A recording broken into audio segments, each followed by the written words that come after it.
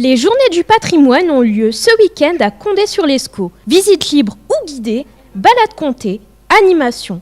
Tous les éléments étaient réunis pour que les visiteurs fassent un véritable voyage dans le temps.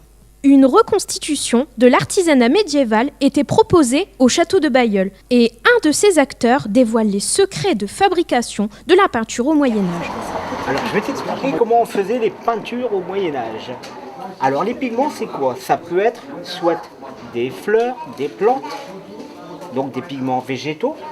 Ça peut être des animaux aussi, comme par exemple des cornes de cerf que l'on va calciner pour avoir du noir. On va utiliser du murex qui est un coquillage pour avoir du rouge. Ou alors on peut utiliser ceci. Alors ça c'est quoi? C'est de la cochenille, ce sont des insectes.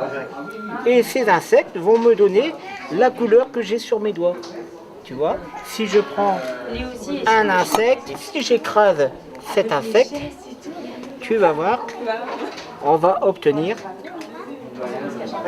voilà, regarde la couleur que l'on obtient. Mais moi, ce que j'utilise principalement, ce sont des pigments minéraux, des pierres, des terres. Tu vois, dans la nature, on va trouver toutes les couleurs. Ici, j'ai du jaune. Tu vois, ce jaune-là, c'est du soufre. Ce soufre, on le trouve dans les volcans, par exemple. Et ça va me donner cette couleur-là. Celle-ci va être obtenue à partir de cette pierre que l'on trouve dans le sud de la France. Dans le ciel, qu'est-ce qu'il y a dans le ciel de nuit? Ça va pas, vraiment j'ai rien. Alors, 10 fois au soleil, et puis on dit bon, il va bientôt être l'heure de dîner.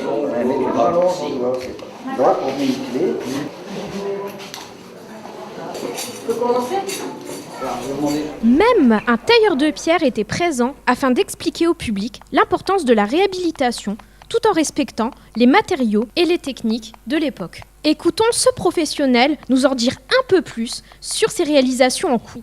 Mais c'est des pierres qui vont aller en remplacement d'éléments de pied droit en mauvais état sur les autres parties de façade. Ici, quand on a ravalé la façade, on a retrouvé des pierres qui étaient rasées et en très mauvais état. Donc on a reconstitué le bandeau mouluré qu'on appelle un larmier. C'est une protection des façades. Ça empêche les eaux de ruissellement de couler le long des façades. Il y a un effet casse-goutte sur ces pierres. Là, ça doit être 1863 à peu près. Visite guidée des monuments du centre-ville, mais aussi des balades comptées animées par des pirates de la troupe Piracanta ont fait le succès de ces journées. C'est par mes dragons. J'attends un courrier qui doit me porter un document de la plus haute importance. Mon document. C'est vous? Très bien. Je vous le dis tout de suite, personne ne sortira de cette salle sans avoir mon document.